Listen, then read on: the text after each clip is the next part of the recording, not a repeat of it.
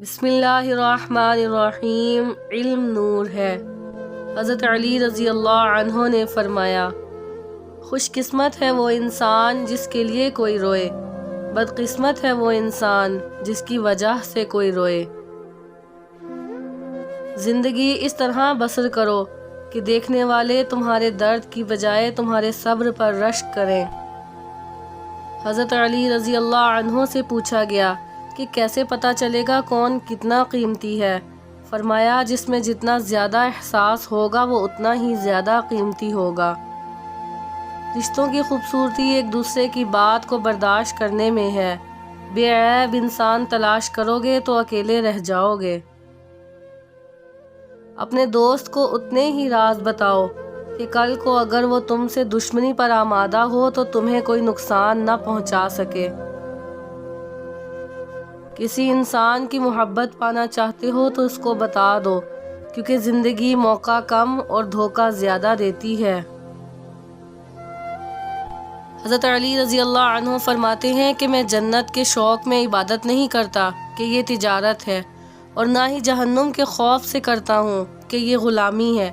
میں صرف اور صرف اس لیے اطاعت کرتا ہوں کہ میرا رب عبادت کے لائق ہے۔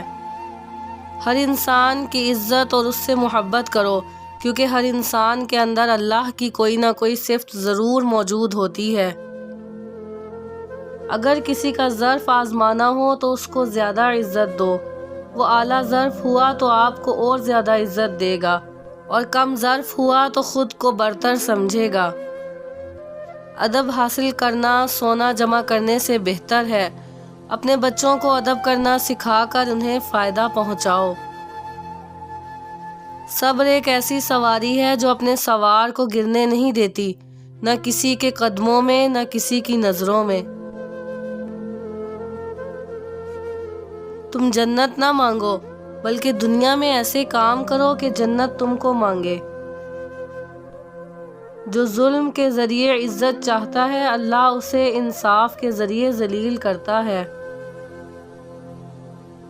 زندگی میں اگر برا وقت نہ آتا تو اپنوں میں چھپے غیر اور غیروں میں چھپے اپنے کبھی ظاہر نہ ہوتے۔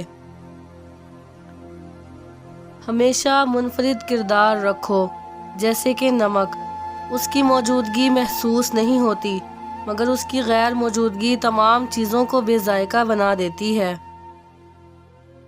صلو علی الحبیب صلی اللہ تعالی علی محمد صلی اللہ علیہ وسلم۔